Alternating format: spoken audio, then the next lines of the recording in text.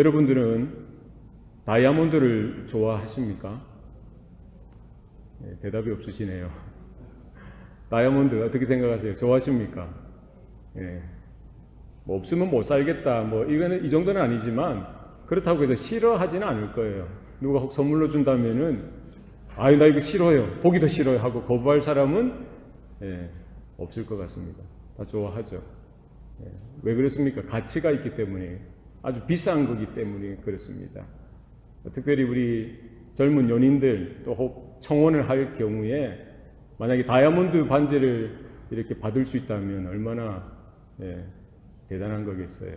물론 그거 없어도 상관없지만 그만큼 가치가 있고요. 그만큼 비싼 보석이기 때문에 인기가 있고 다들 좋아하는 것 같습니다. 그러면 여러분들 혹시 이게 진짜 다이아몬드인지 가짜 다이아몬드인지 구별할 수는 있습니까? 구별할 수 있어요? 이거 보고 이게 진짜냐 가짜냐 구별할 수 있습니까? 모르겠습니까? 예. 저는 못할 것 같아요. 요즘 가짜도 정말 진짜처럼 나오기 때문에 웬만하지 않고는 잘 구별하기 힘들 것 같습니다. 그러나 이 다이아몬드 감정사들이 있어요. 보석 감정사들이 있죠. 이분들은 귀신같이 알아맞혀요. 얼마나 이게 진짜냐 가짜냐, 그럼 진짜라면 얼마나 가치가 있는 것인지를 정확하게 이렇게 분별하고요, 구별하고 또 평가합니다. 특별히 다이아몬드의 가치를 보면은 이제 4C라고 합니다. 4C, color, clarity, cutting, carat. 이 네 가지 분야로 다이아몬드를 이렇게 평가하고요. 이게 얼마나 비싼 건지, 얼마나 좋은 건지를 가치를 매긴다고 합니다. 이 다이아몬드 감정사가 되기 위해서 반드시 거쳐야 될 게 있어요. 뭐겠습니까? 뭐가 돼야 되는 거예요? 진짜 다이아몬드를 봐야 되죠. 이거는 뭐 이론으로 지식으로만 될 수 있는 것이 아니라 진짜를 봐야 되는 거예요. 그렇지 않습니까? 이야기만 듣고서 뭐 책만 봐서 알 수 있습니까? 모르죠. 노련한 전문적인 다이아몬드 감정사가 되기 위해서는 진짜 좋은 아름다운 정말 가치가 있는 비싼 이런 다이아몬드를 늘 가까이 하고서 늘 보고 연구하고 이런 시간들이 필요하다는 것이죠. 우리 신앙의 삶도 그렇습니다. 우리의 믿음이 어디서 나타나죠? 우리의 영적인 성숙이 어디에서 나타납니까? 영적으로 성장하는 일들이 어떻게 가능합니까? 다이아몬드 감정사가 늘 다이아몬드 진품을 늘 가까이 하고 늘 이렇게 보고 연구하고 하듯이 우리의 믿음이 어디에서 나느냐는 것이죠. 우리의 영적인 성장이 어디에서 나느냐. 어디서부터 시작돼야 되는 거예요? 보배이신 예수 그리스도를 만나는 데서부터 시작되는 줄로 믿습니다. 이거 없이 우리의 믿음이 있고 신앙생활이 되어진다면 이게 사실 불가능하다는 거예요. 어디에서부터 시작되어야 됩니까? 예수가 나의 주, 나의 하나님 되심을 믿는 믿음. 예수의 복음을 듣고서 예수님을 내 마음에 영접하는 그 사건이 우리 모든 사람들, 믿는 자들에게 사실은 생겨났던 거예요. 그것이 시작되어지지 않고는 우리가 평생 신앙생활을 한다고 하면서 또 교회 생활한다고 하면서 되어진 모든 것들이 사실은 허사가 될 수도 있다는 거예요. 뭐가 시작되어져? 내 안에 예수님이 계시느냐, 내 안에 보배로우신 예수께서 거하시느냐, 여기에서부터 시작되어져요. 누구도 예외가 없습니다. 천하에 구원받을 이름이 예수 외에는 없는 줄로 믿으시길 바랍니다. 아버지가 목사고 아버지가 장로고 몇 대 때 신앙생활을 해왔기 때문에 이거 아니에요. 누구든지 예외 없습니다. 우리의 영적인 생명이 어디에서 태동합니까? 우리가 거듭나고 하나님의 자녀로 채워지는 것이 어디에서부터 시작되어집니까? 오직 예수의 이름, 예수로 말미암는 믿음으로 우리에게 영적인 생명이 시작되어지는 줄로 믿습니다. 우리 영적으로 성장하고 자라나는 것도 마찬가지입니다. 우리가 성숙해져 가는 것, 영적으로 성숙해져 가는 것, 무엇으로 가능하냐는 거예요. 무엇이 있어야 됩니까? 늘 주님과 함께 동행하는 삶이 있어야 되죠. 말씀을 통해서, 계시의 그 특별 계시, 하나님의 말씀을 통해서 늘 예수님과 인격적으로 교제하고 예수님을 경험하고 예수님을 더 믿고 신뢰하고 의지하고 그와 같은 주님과의 사귐을 통해서 우리의 신앙적인 성숙이, 영적인 성장이 나타나고 이어지는 줄로 믿습니다. 그리스도의 장성한 분량에 이르기까지 날마다 자라가야 하는 거예요. 우리의 호흡이 닿는 순간까지 영적인 진보가 우리 모든 성도들 가운데, 모든 교회 가운데 나타나야 하는 겁니다. 한 걸음도 주님 앞으로, 한 걸음도 하나님 앞으로 나아가는 삶이 우리 가운데 있어야 되는 거예요. 무엇으로 가능합니까? 내 의지만으로 가능합니까? 내 경험만으로 가능합니까? 내 지식으로 되어집니까? 그렇지 않습니다. 우리 안에 예수 생명, 예수 그리스도의 이름이 존귀케 되어지고 주님을 더 믿고 주님을 더 의지하고 주님과의 더 깊은 영적인 사귐과 교제 가운데에 이런 시간들이 쌓이고 쌓이다 보면 우리가 주님을 닮아가고요. 주님과 같이 우리 오늘 집사님 기도하셨듯이 주님처럼 온유한 마음, 주님처럼 겸손한 마음, 주님을 닮아가고 주님이 걸어가신 그 길이 어디든지 주님을 따라가는 이와 같은 하나님의 자녀여 주님의 몸된 교회의 성도로서 이렇게 늘 거룩하게 성화되어지고 새로움을 잊게 되어지는 줄로 믿습니다. 이것을 놓치면 안 되는 거예요. 이것을 놓치면 안 됩니다. 이게 가장 중요한 거예요. 이 땅의 교회가 2000년 전에 세워졌죠. 우리가 사도행전을 읽고 공부하면서 늘 발견할 수 있는 것, 늘 발견해야 하는 것도 똑같습니다. 2000년 교회의 역사도 그것을 증명해 주는 거예요. 이 땅의 모든 교회들이 품고 있고 붙들고 있고 늘 언제나 자랑하고 선포하고 드러내야 하는 것이 무엇이냐? 무엇입니까? 오직 예수, 오직 예수. 예수님을 증거하고 자랑하고 우리 마음 가운데 심령 깊숙이부터 드러나는 그 예수님을 향한 온전한 믿음이 이 아침에 저와 여러분 가운데 확인되어질 수 있기를 바랍니다. 오늘 우리가 읽었던 본문 사도행전 4장 11절 말씀, 베드로가 변론 중에 하나의 설교죠.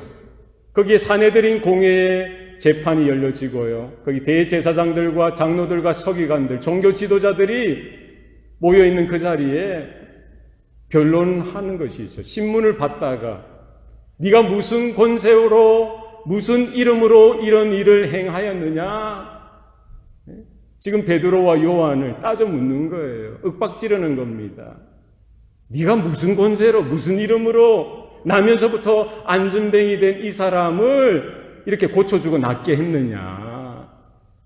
그 기적을 바라보고 수많은 군중들을 향하여 네가 무슨 권세로 누구의 이름으로 그 설교도 하고 가르치고 이런 일들을 하느냐 묻는 거예요.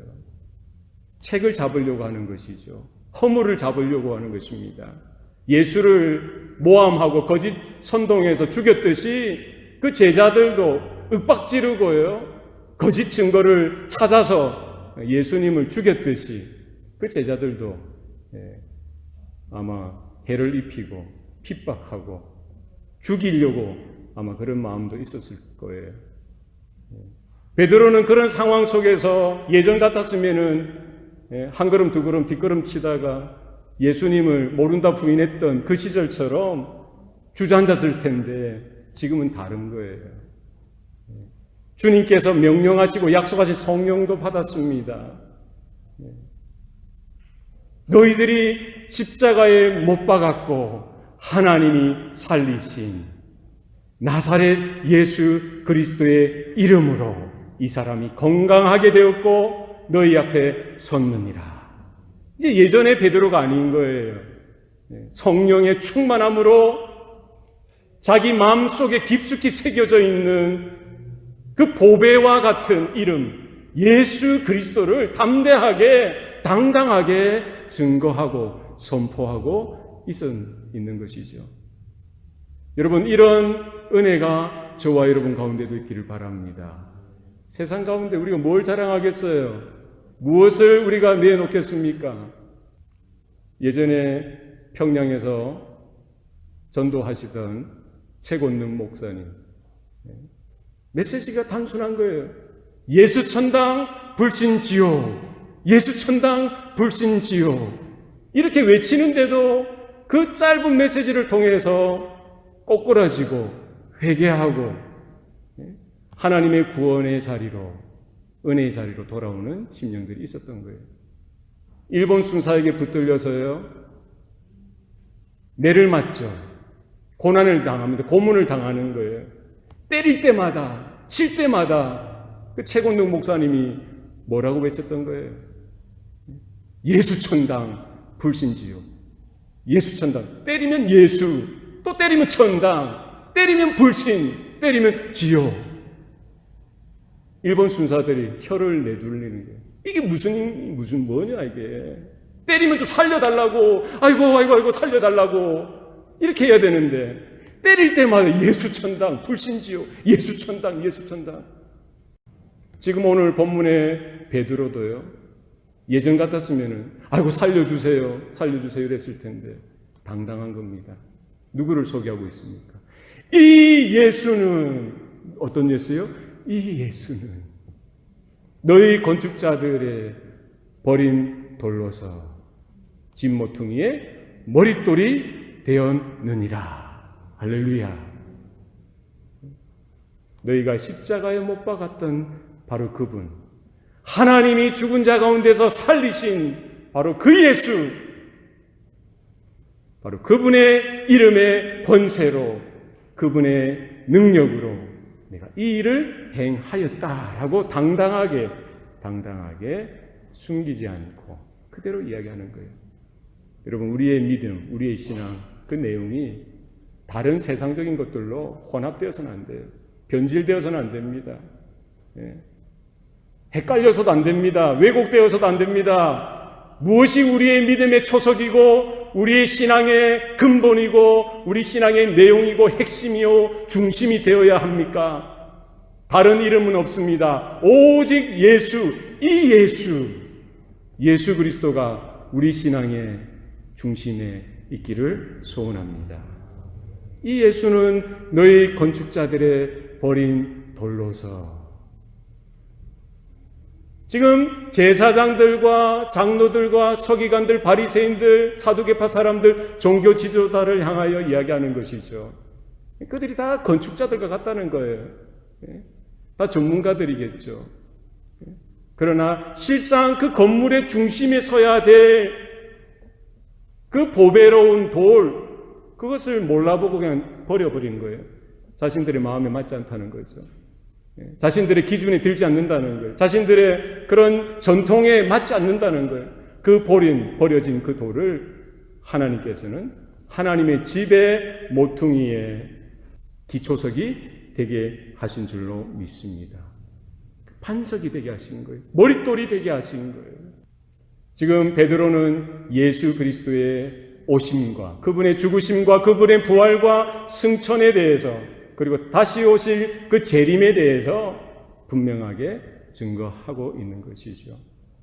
예수님에 대해서 이야기하면서 오늘 4장 11절 말씀은 사실은 구약의 성경 시편 118편의 내용을 인용한 것입니다. 그리고 예수님께서 그 시편 118편의 예언에 따라 이 땅에 오셨고요. 메시아로서 어떤 삶을 살아가시고 어떤 고난을 받으시고 어떻게 죽어가시고요. 그런 가운데서 하나님께서 그 죽은 자 가운데서 어떻게 살리시고 또 높이셔서 하나님 보좌 우편에까지 올리시는지에 대한 그 메시아의 예언이 예수님의 오심, 예수님의 first coming, 예수님의 생애를 통해서 이루어졌던 것에 대해서 베드로가 다시 설교를 하면서 그 말씀을 인용하고 있는 것이죠. 시편 118편 22절 말씀입니다. 제가 한번 읽어드리겠습니다. 건축자가 버린 돌이 집 모퉁이의 머릿돌이 되었나니. 시편 기자가 무엇을 이야기하고 있습니까? 감사하라, 여호와께 감사하라. 그는 선하시고 인자하심이 영원함이로다. 이 시편 기자가 늘 공고한 삶을 살았어요. 원수가, 대적 원수가 한두 사람이 아니라 사방을 우겨 싸는 거예요. 대적들이 사방에서 몰려오는 겁니다. 그 가운데 그런 공고함과 고난과 환난 속에 하나님께서 내 편이 되어주시고요. 정말 죽을 것 같은 그런 상황 속에서 시편 기자는 사람을 쫓아서 가지 않고 누구를 향해 갔다라고 고백합니까? 하나님을 향하여 간다는 거예요. 하나님이 내 생명이요, 내 능력이요, 내 구원의 방편 되신다라고 고백합니다. 하나님께서 나에게 의의 문을 열어주시사 내가 그 문으로 들어가서 하나님께 감사하리이다. 믿음으로 살아가고요. 하나님으로 살아가는 그 인생 가운데에도 곤고함이 있고 고통이 있고 환난이 있고 핍박이 있고요. 많은 대적들이 그 원수들이 모여서 죽이려고 헐뜯고 날린 거예요. 그런 상황 속에서 시편 118편 기자는 뭐라고 이야기하는 거예요? 사람을 의지하지 않겠다는 거예요. 사람을 찾아가지 않겠다는 거예요. 하나님께로 내가 나가겠다는 거예요. 하나님이 내 편이 되어주신다는 거예요. 하나님이 내 죽음 가운데서 죽이지 아니하시고 생명으로 이끌어주시고 세우신다는 거예요. 이것이 시편 기자 한 사람의 경험이 아니라요. 온 이스라엘 민족들이 그 역사 가운데 체험하고 경험했던 신앙의 간증이요 고백이 되었던 것이지요. 이와 같은 신앙의 고백이 있었던 겁니다. 고난 가운데 어떻게 하나님께서 찾아와 주셔서 구원해 주시고 회복해 주시는지, 이와 같은 신앙의 간증, 그 노래를 통해서 하나님의 성령께서 시편 기자에게 감동해 주시니까 메시아에 대한 예언이 함께 더불어 터져 나오는 거예요. 22절 말씀처럼. 저는 건축자가 버린 돌이 집 모퉁이의 머릿돌이 되었느니라. 주님께서 구약 성경에서 오시리라 예언한 메시아께서 오셔서 어떤 인생을 살아가실 것에 대해서 예언합니까? 건축자들로부터 버림을 받게 되신다는 거예요. 한없이 추락하고 한없이 떨어지는 삶을 살아가시게 된다는 거예요. 사람들이 인정해 주지도 않고 조롱하고 핍박하고 그냥 버려버리는 거예요. 너는 필요 없다라고 버려버리는 거예요. 그런 상황 속에서 하나님께서, 주께서 그를 붙드셔서 뭐로 세워주시는 걸? 집 모퉁이의 머릿돌이 되게 하신다는 거예요. 한없이 끝없이 낮아지시고요. 저주의 십자가 가운데 조롱과 힐난과 채찍과 결국 못 박히고요. 창에 찔려서 죽어지는 그 상황 속에서 하나님께서 그를 다시 높이시고 세우시고 살리시고 하나님의 집에 모퉁이의 머릿돌이 되게 하셨다는 거예요. 하늘 보좌, 하나님 아버지 우편까지 올려주시고요. 여러분, 우리의 믿음이 그냥 믿습니다. 감정적으로 흥분하게끔 해서 그냥 막 이렇게 열광적인 그런 그게 아니라 곰곰이 여러분 하나님이 주신 머리로 이성을 가지고 생각을 깊이 하시기 바랍니다. 구약의 성경, 그 약속의 말씀을 읽으면서 과연 이 일이 어떻게 역사 가운데 나타나고 이루어졌는지에 대해서 생각해 보시고 발견할 수 있기를 바랍니다. 구약의 그 예언 따라 주님께서 오셨죠. 주님께서 이 시편 118편의 내용을 다시 언급하시는 내용이 마태복음 21장 42절에 나옵니다. 제가 읽어드리겠습니다. 예수께서 이르시되 너희가 성경의 건축자들이 버린 돌이 모퉁이의 머릿돌이 되었나니 이것은 주로 말미암아 된 것이요 우리 눈에 기이하도다 함을 읽어본 일이 없느냐. 43절입니다. 그러므로 내가 너희에게 이르노니 하나님의 나라를 너희는 빼앗기고 그 나라의 열매 맺는 백성이 받으리라. 예수님께서 자신에 대해서, 자신의 생애에 대해서, 자신이 앞으로 감당해야 될 그 십자가, 그 고난의 과업에 대해서 소개하시면서 뭐를 언급하시는 거예요? 뭐를 인용하십니까? 시편 118편 22절 말씀을 그대로 인용해 주시는 거예요. 건축자들이 버린 돌이 모퉁이의 머릿돌이 되었다라고 이야기하시죠. 예수님께서 지금 마태복음 21장 그 42절 그 앞에 이와 같은 예화를 들어주십니다. 어떤 사람이 포도원을 만듭니다. 울타리도 치고요, 포도즙 짜는 틀도 만들고 망대도 세우죠. 그리고 멀리 여행을 가면서 어떤 사람에게, 농부들에게 그 포도원을 맡깁니다. 그리고 떠나가는 거예요. 시간이 지나고 세월이 흐릅니다. 추수 때가 되었어요. 포도원 주인은 종들을 그 농부들에게 보내서 세를 요구하는 것이죠. 그 당연한 일 아니겠어요? 그 포도원의 주인이 누구입니까? 누구예요? 농부들입니까? 아니죠. 포도원 주인이죠. 지금 본인이, 주인이 올 수 없으니까 대신 종들을 보내서 일정 부분의 그 세를 요구하는 것입니다. 그건 뭡니까? 누가 주인인 것을 알려주는 것이죠. 이것을 그들에게 허락함으로 말미암아 그들이 먹고 살 수 있는 것, 그들이 존재할 수 있는 이유와 근거가 어디에서부터 왔다는 거예요? 그 주인의 관대함에서부터, 주인의 그 사랑과 은혜에서부터 왔다는 것을 인정하라는 거죠. 다른 거 요구하지 않습니다. 그러면 일정 부분에 대한 것들을 드리면서 그들의 마음을 표현해야죠. 그게 당연하죠. 그런데 어떻게 합니까? 어떤 사람은 때리고 죽이고 돌로 치는 거예요. 주인이 그 소식을 듣고 이번에는 더 많은 종들을 보냅니다. 이번에도 똑같아요. 또 때리고 죽이고 돌로 치는 거예요. 어째 이런 일이 생길 수가 있어요? 배은망덕도 유분수지. 그렇지 않습니까?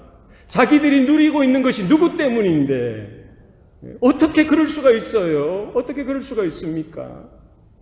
주인이 이번에는 어떻게 합니까? 다시 기회를 주는 거예요. 내 종들은 그들이 인정하지 아니하였을지라도 이번에는 뭐 하겠다는 거예요? 내 아들을 직접 보내겠다는 거예요. 이번에는 내 아들을 보내면 그들이 내 아들은 존대하리라. 어떻게 했습니까? 그들이 또 작당을 하는 겁니다. 모의를 하는 거예요. 저는 상속자이니 우리가 죽이자. 그러면 우리가 이것을 취하게 될 것이다. 완전히 반란을 일으키는 거죠. 이런 경우가 어디 있습니까? 하나님께서 천지를 창조하신 거예요. 모든 만물을 조성하셨습니다. 그리고 이 세상의 인생들에게 그것을 맡겨주신 것이죠. 그러면은 이 인생 사람들은 뭐를 해야 되는 거예요? 우리는 뭘 해야 되는 겁니까?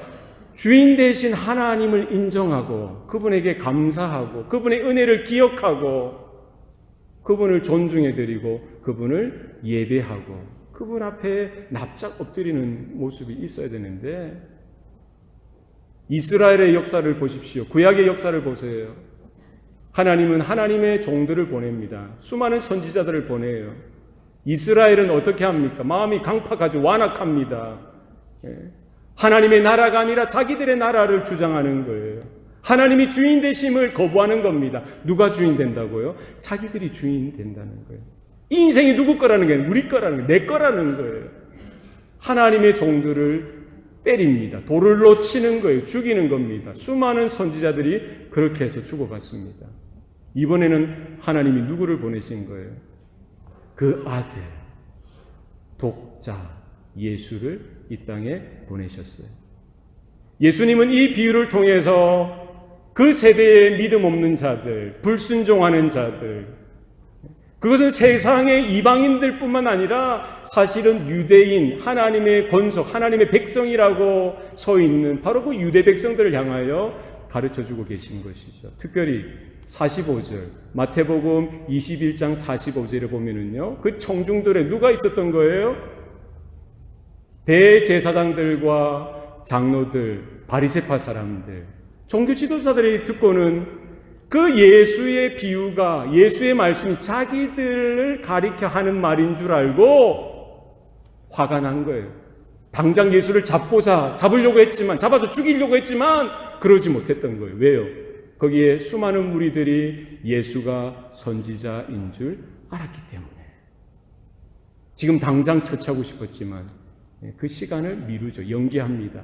결국 예수님의 모든 사역, 모든 생애 가운데 바리새인들, 종교 지도자들은 늘 언제나 스파이처럼 예수님을 따라다니면서요, 늘 언제나 시비를 걸고 허물을 잡고요, 책을 잡고, 결국 어떻게 합니까?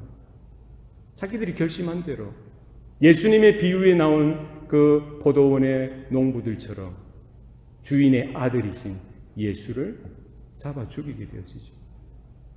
예수님은 이처럼 자신의 생애에 대해서, 자신이 걸어가야 될 그 사역의 길에 대해서 아시고 미리 말씀해 주시는 거예요. 이 예수는 너희 건축자들의 버린 돌로서 집 모퉁이의 머릿돌이 되었느니라. 구약에서 예언했을 뿐만 아니라 예수님께서 거듭 강조하셨고요, 알려주셨고, 바로 그렇게 예수님이 오셨고 그렇게 예수님이 죽으셨고요, 거기에 멈추지 아니하시고 하늘 아버지께서 예수를 다시 살리심으로 존귀하게 하시고 영화롭게 하셨던 하나님의 집에 모퉁이의 머릿돌로 삼아 주셨던 것을 바라볼 수가 있는 것이죠. 베드로는 이 진리에 대해서 이야기하는 거예요. 이 생명의 복음에 대해서 이야기하는 겁니다. 다른 이야기가 사실 필요가 없습니다.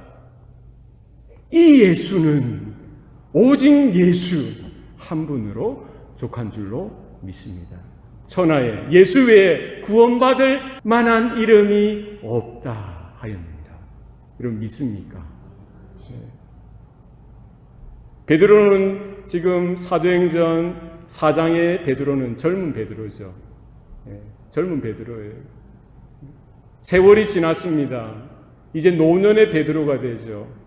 이제 곧 인생의 황혼기에 막바지에 서 있는 노사도 베드로가 베드로 전서를 통해서 그가 성전에서, 예루살렘 성전에서 당당하게 선포했던 그 메시지를 다시 한번 강조하는 내용이 베드로전서 2장에 나옵니다. 여러분 한번 성경 찾아볼까요?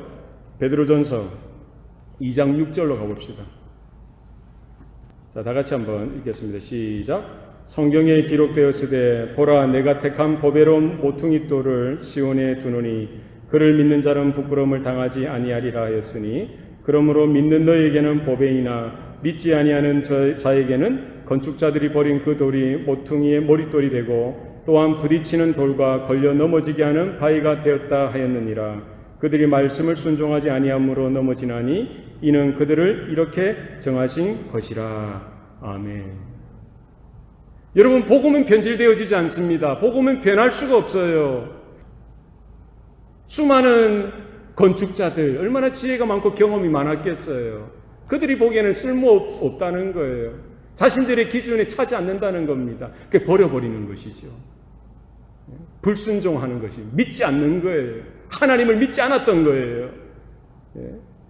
성경은 연구했지만, 제사장으로서 수많은 제사는 드려왔지만 사실은 그들에게 믿음이 없었던 것이고 하나님께 불순종했던 겁니다. 그러니까 하나님의 아들이신 그분, 창조주이신 그분이 직접 오셨음에도 불구하고 알아보지 못하고 알아보려고도 하지 않고요. 그냥 자신들의 선입견에 자신들의 기득권을 지키기 위해서 강팍하고 완악한 마음으로 예수님을 대적하고요. 예수님을 버려버리는 것이죠. 어디로 버립니까? 십자가, 저주의 십자가로 던져버리는 거예요. 그냥 무자비하게 죽여버리는 것이죠. 그것이 초대교회 당시 대제사장들, 장로들, 서기관들, 사두개파 사람들, 바리새파 사람들, 그 종교 지도자들의 행태였고요. 그 시대 사람들의 모습이었고, 사실은 저와 여러분들의 모습이었는지도 모르죠. 우리들의 모습이었죠. 우리도 뭐가 잘났었겠어요? 똑같죠. 우리가 하나님의 말씀을 받고 말씀을 들을 때 믿음이 생겨나고요, 이렇게 순종할 수 있는 것이 하나님의 은혜인 줄로 믿습니다. 하나님께서 모퉁이 돌을 어디에 두었다고요? 시온에 두노니 그를 믿는 자는 부끄러움을 당하지 아니하리라. 하나님께서 시온의 모퉁이 돌을 박아 두신 거예요. 하나님의 집에 근간이 되는 모퉁이 돌을 두신 거예요. 그를 믿는 자는 부끄러움도 당하지 아니하고, 믿는 자에게는 그것이 뭐처럼 여겨지는 거예요? 보배와 같이 여겨지는 거예요. 제대로 된 것이죠. 그러나 믿지 않는 자들, 불순종하는 자들에게는 그 모퉁이 돌 대신 그리스도 예수가 어떻게 여겨지는 겁니까? 8절 말씀에 부딪히는 돌과 걸려 넘어지게 하는 바위가 되었다 하였느니라. 여러분 잘 분별하시기 바랍니다. 우리가 이 자리에 있는 이유가 뭔지, 우리가 평생 신앙의 삶을 살아가는 이유가 뭔지, 세상의 것이 되어서는 안 됩니다. 내 자아가 되어서도 안 되고요, 내 안에 있는 것은 선함이나 의로움이 되어서도 안 됩니다. 내가 구하면 하나님이 주신다고 했으니, 그런 계산적인 방법으로 세상 사람들이 무당에게 가서 절하고요, 점보고 하는 그런 식으로 기복신앙을 가지고 우리가 이 자리에 나와서도 안 되는 거예요. 우리의 신앙의 중심, 유일한 내용은 무엇입니까? 바로 오직 예수. 베드로가 죽을 수도 있는 그런 순간 속에서도 당당하게 이 예수는 하면서 예수님을 증거했듯이 우리의 신앙의 내용, 우리 믿음의 내용, 근간은 무엇이어야 합니까? 오직 예수. 오직 예수가 될 수 있길 바랍니다. 예수님을 믿는다는 것은 무엇이죠? 예수님의 죽으심과 예수님의 부활과 예수님의 승천과 예수님의 재림을 믿는 것입니다.